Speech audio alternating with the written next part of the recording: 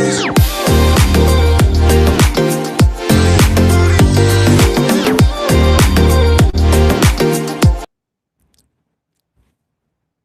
Hi, gorgeous. friends. How's it going? It's going lovely. What about you? Excellent. Hey, friends. We're so excited to have you here. It's Tiny Clarity. Um, today we're gonna start talking about when do you stop? I don't. You said the. Can you help the sister? When do you stop fighting and when do you start rebuilding? I think is our topic for today.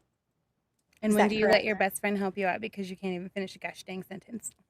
Some days are just tougher than others, and I think that's kind of what we're talking about today, maybe. Yes. Okay. All right. But so our question of the week is when do you stop fighting and when do you start rebuilding? But don't answer it yes. Like we're gonna talk about that through here. Yes. Hi everyone. Welcome back to Tiny Clarity. Don't listen to me. I know nothing at all. I'm just a newborn photographer surviving life. And I'm Christina, and I am also just surviving life, but I also help people rebuild theirs. Yes, and I love working with you. We'll share a lot that we work together. We meet up online through Body Doubling. She's got some really great projects and that help you to stay on track and work things through. So one thing we like to do is talk about the wins that we like to share from efforts that we put forward from previous before. So Christina, what kind of wins do you have for this week? Well, Jen, I have had a struggle week, so I don't have as many wins as I would like. However, I think just going live today is a win for me. Excellent. And also, like, I'm a bad person. I know this, but because you said you were struggling a little bit, I was like, fuck, finally. Like, it's not just like she has a moment. She's human. It's proof. Yes, I do. I do have my moments. I'm normally, sunshine and sparkles, but I do drive the struggle bus quite often. And when I start to do that, the first person I think about calling is you, Jen. So that I just want to say thank you so much for being my struggle buddy. Yeah. And we're very lucky to have Leanne as a struggle buddy too. And all of our other Burn Squad friends. I totally agree. Thank God for you guys. Oh my gosh. And you know what else is a struggle today? Like I didn't get half of the things done that I wanted to get done today before our show. And so like letting people know that we were going live. Yes. Before we were jumping on, I said to you too, I'm like, we just need to do a better job of making sure people know we're going live. But really quickly, friends who are joining us, if you don't already know this, we're doing it scared. We're trying it out. We're seeing what we're doing. Honestly, we started out to get comfortable in front of the camera. And to be completely honest with you, I'm going to share some information today that gave me an opportunity to walk away. And I have to be honest, I saw us walk in Leanne's episode and I was like, we can't. At this point, we're getting so good at it. We're almost there. Okay, so let's talk about the last time we got together. Not the one where it didn't work out, but the one before when we talked about is self-care becoming a secondary job and some takeaways that we took from that where it's important to give yourself some leeway in it and that self-care isn't just something you have to be good at. I had to look at my notes to be like, what did I write? You don't have to be good at self-care. It's not something you're looking to get your full 40 hours in. You just have to do enough to keep you happy in a 3x3. Exactly. Okay. But the one thing that I took away from that show was you don't have to be perfect. And I don't know, we haven't really touched on that either, and you don't have to have a streak. You don't have to do it for like 365 days in a row. You just have to do it consistently, whatever that means for showing up for you. That's what you want to go. That's what your goal is. Oh my gosh, words are going to be hard today. But hearing you say that makes me feel so much better because that's not the way I feel. To be completely honest, there is so many people out there, even the ones that say they're struggling, they're like perfectly put together as they're going on their Instagram pretending to have issues. You know what I mean? And like I said, that joy that I had for just a moment in you in there, it feels like that we're supposed to be 100% put together. We're supposed to be 100% rich. We got to keep up with those daily things. And then this kind of leads me to my next discussion. What happens when you work so hard and you build something up in life? Oh, wait, we're not ready for that. So we'll get to that in a second because we need to shake it off real quick. Oh my God, I If would we love don't that. shake it off, I think that I get a little weird, like we both have been. So it seems like we need a bit restart. Shake it off. Okay. Ready? Okay. I love that song. It's because it's talking about me. When I sing in it, I'm definitely taking the actions in order to make sure things are working out for me, not anybody else, not anybody else in this world, but for me. I feel the same way. I'm like, how did he write my song? Yeah, exactly. But so you said something just a little bit earlier, which was about being rich. And I think there's a perception out there that rich means money. To me, rich means I am at peace. I understand who I am. I have everything that I need in order to sustain my life. And it has nothing to do with money. And I think that part of richness or wealth gets overlooked way too often. And I think we need to bring that back into when somebody says that they're really wealthy or really rich, they should be talking about their inner being, right?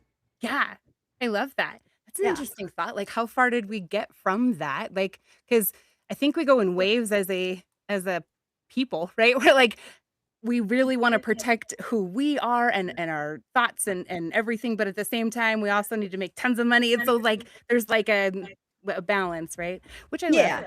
Yeah, yeah. And I don't think it's necessarily, I mean, money's a necessary need at this point in time, right? But when do we go back to like more bartering and actually being humans and being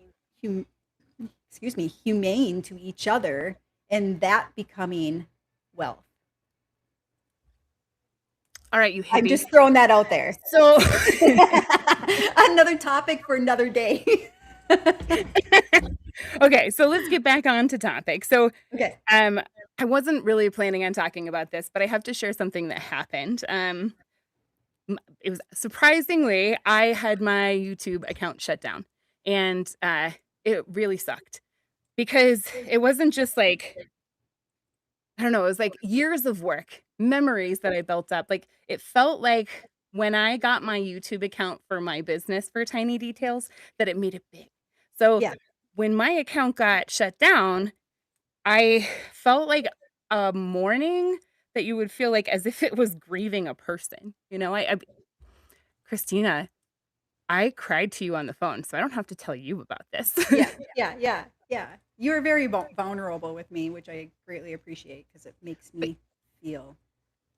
yeah, it made me think though. We're like constantly mourning things that aren't people, and especially as a parent. So I want to share um something. So we always celebrate first. We hear all these like things, but it's sometimes as a parent saying goodbye, or even as a person, let's just say that when you Yeah. put something that isn't a person and you put so much work into it, when it leaves, it's just so sad. So here's an example, right? Like I like to say this a lot. I think that whenever you have a kid, after the kid's birthday, you should have a parent's birthday where you get to spend the whole day crying about all the things that were awesome that year because you're never going to happen again, you know? Well, I don't know if you necessarily have to cry about it. I think it's more or less of uh, appreciating it or being grateful that you actually got to have that experience because a lot of people don't even get to experience some of those wonderful, um, what do you call it, happenings, Right. right? Right. Because like an example of being like a mispronounced favorite word, you know, like Yes. something like na na na na, and you're like, oh my gosh, get a na na na na. Like once it's gone, like you don't even know what you're mourning till it's gone because you don't know. You know what I mean? You don't know what pieces you get to take. And so I guess I'm saying that like I personally find a way to like mourn these non-people things, Yeah, yeah, yeah. especially in time.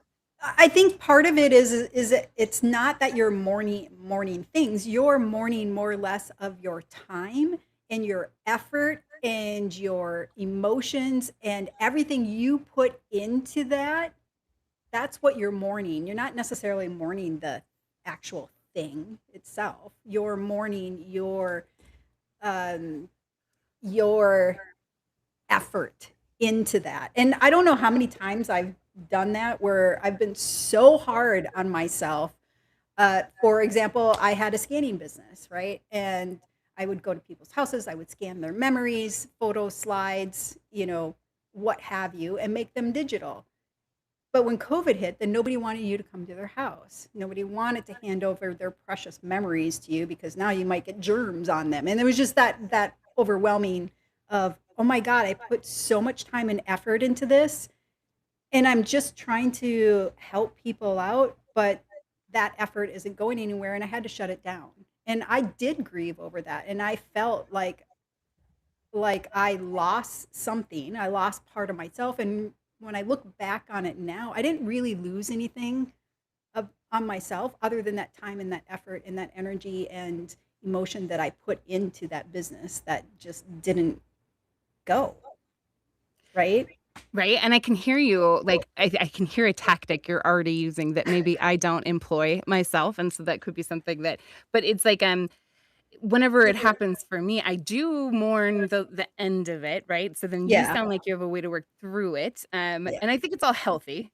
We should be able Yes. to recognize that. But I didn't realize sometimes that those moments can be like so exhausting just to have like grief over this thing and be so emotionally draining, right?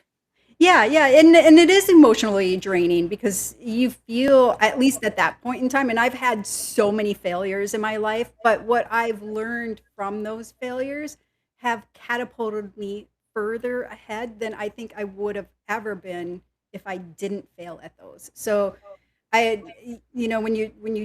I go into companies and I talk about Lean Six Sigma and implementing efficiency, and there are things that people need to lose. They need to let go of in order to jump ahead or to, go forward and excel at what they really want to excel at. And that's the same with any process that you're taking forward with you. You got to let it Absolutely. go, and you can mourn it, and I do mourn it, but I also learn from it, and that's the part where I'll sit with myself and I'll bawl my eyes out, and I allow myself to do that for like 24 hours. I'll give myself 20 or a weekend or whatever, and have a bed weekend or whatever. But I got to allow myself to have those emotions in order for me to move on to looking at it as an, oh my God, look at all these great things that came out of it and those lessons. And now that I have those lessons, now what can I do?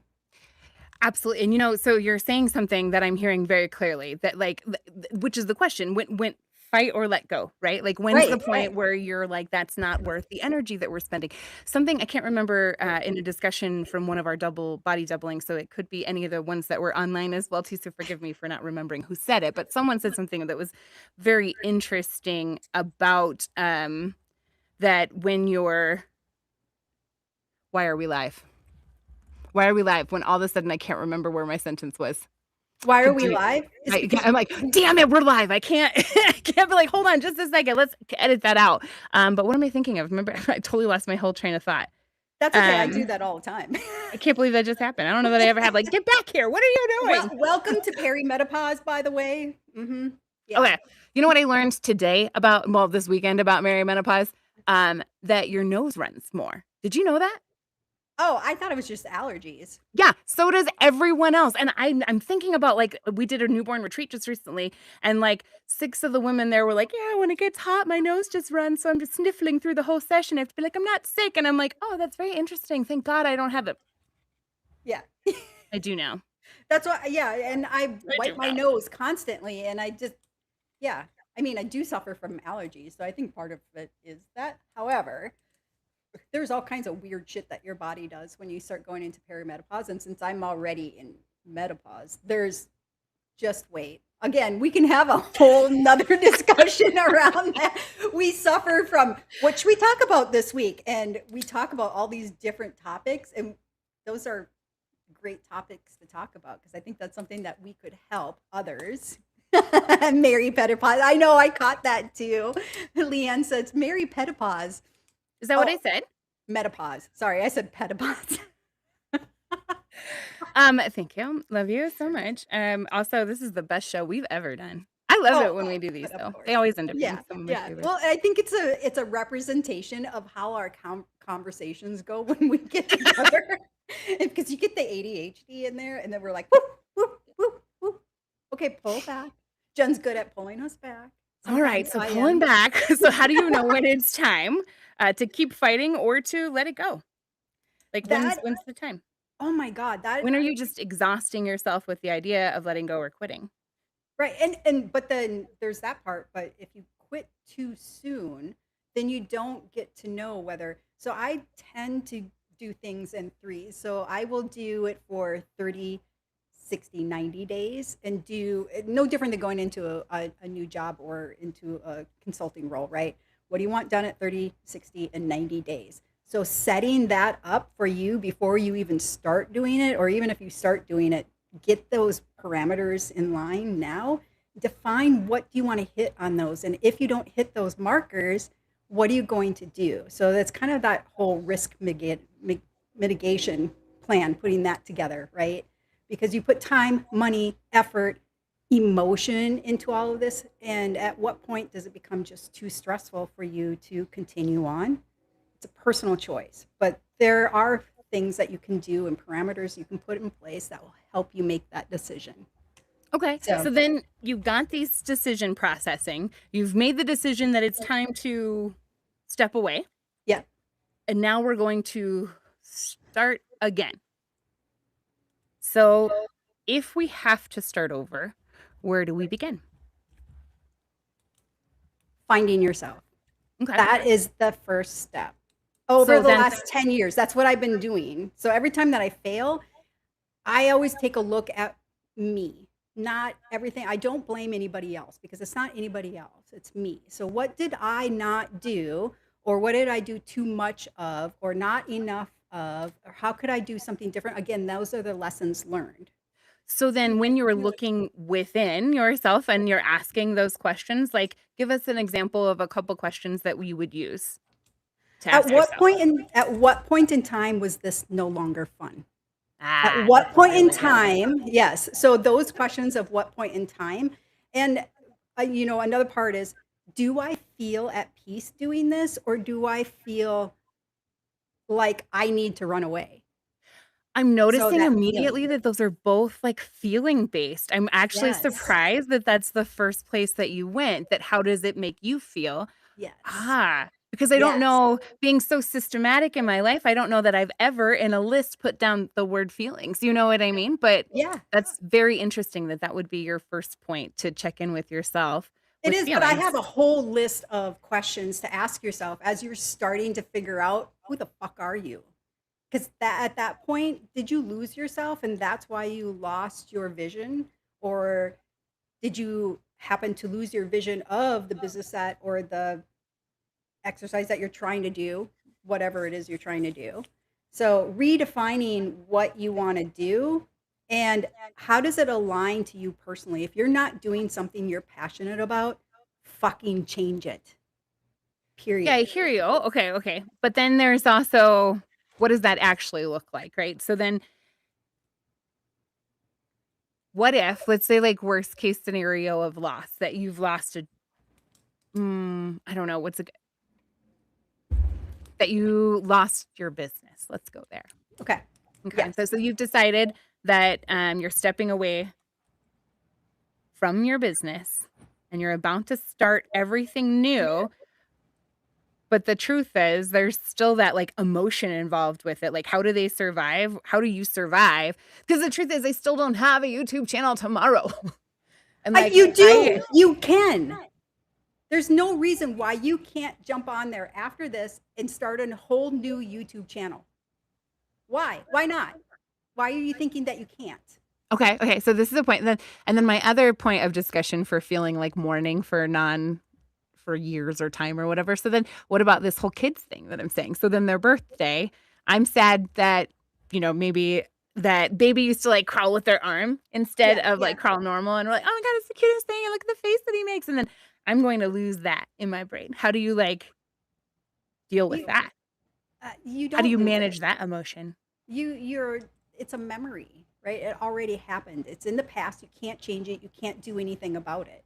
You just have to remember that memory every single day or every so often so you don't lose that memory. Is there a Right. practice maybe that when you are going to lose a memory that you might undertake to try and recognize or let go or appreciate in some way? Gratitude, right? Okay. So thankful that you had that opportunity. There are so many parents out there that missed those milestones. I missed milestones of my own kids, right? Because I was working and going to school and doing everything but really being a good parent in my viewpoint. Like you get to I love that see she's and so hard on herself. you pay attention to what your kids are doing and how they're doing and feeling, and you're such a good mom when Don't you you're say there. those words to me right now. I will kill you. Ah, would you I like me to didn't come just get there or are shut you down, gonna come people. here? I got shut down because of bad parenting.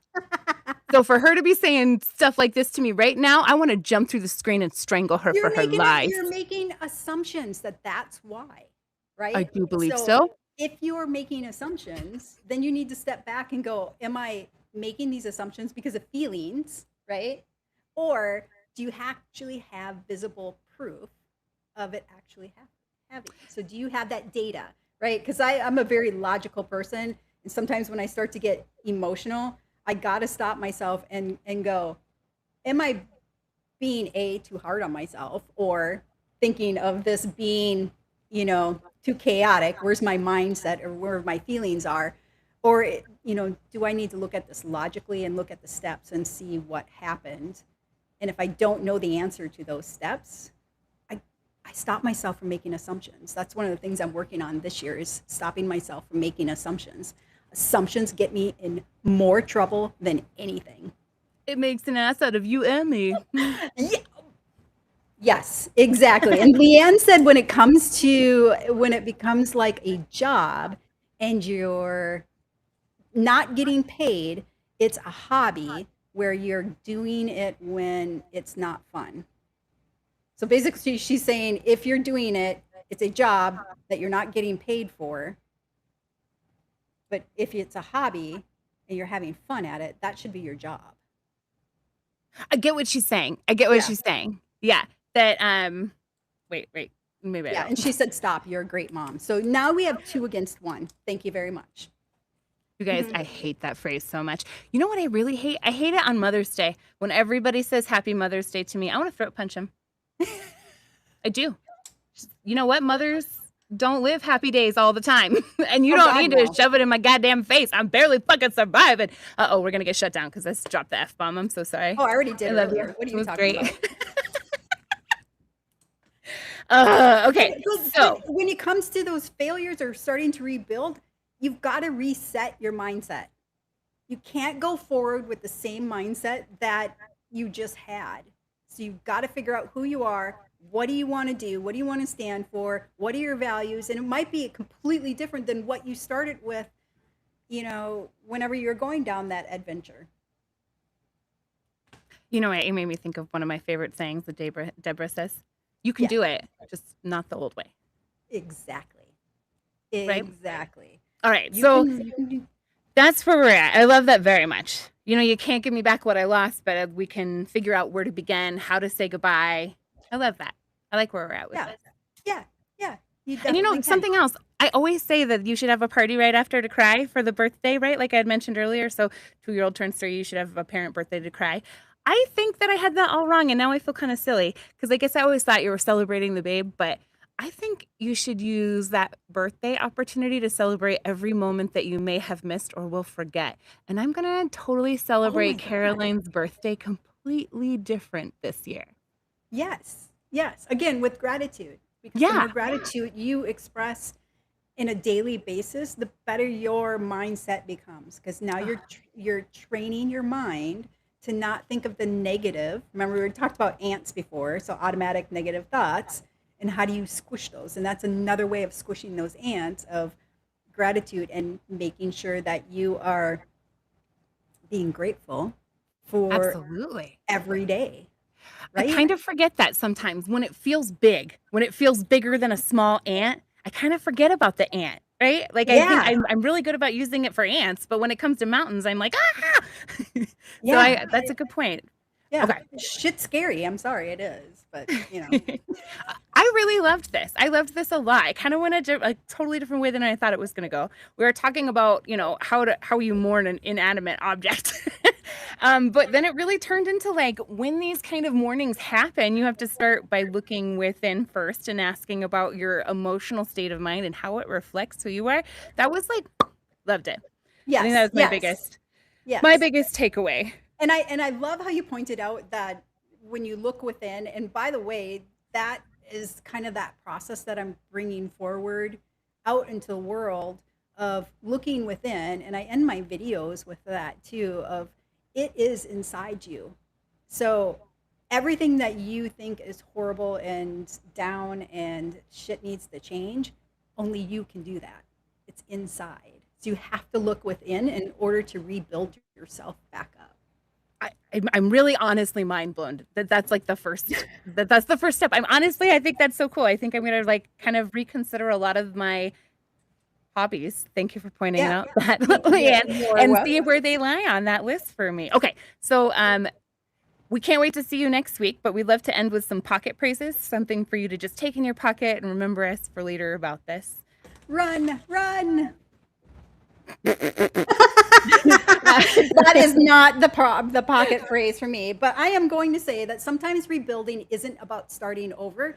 It's carrying your experiences into a different direction that you have control over. Ooh. I'm really sorry. Can you say that one more time? I really liked it. I just wanted to hit. Sometimes rebuilding isn't starting over, it's carrying your experience into a different direction. I needed to hear that so bad. Okay. All right. Now I'm going to give you mine. I heard to like really soak it in. I'm sure you guys can all see that. I think that for me, well, I've already said my biggest takeaway.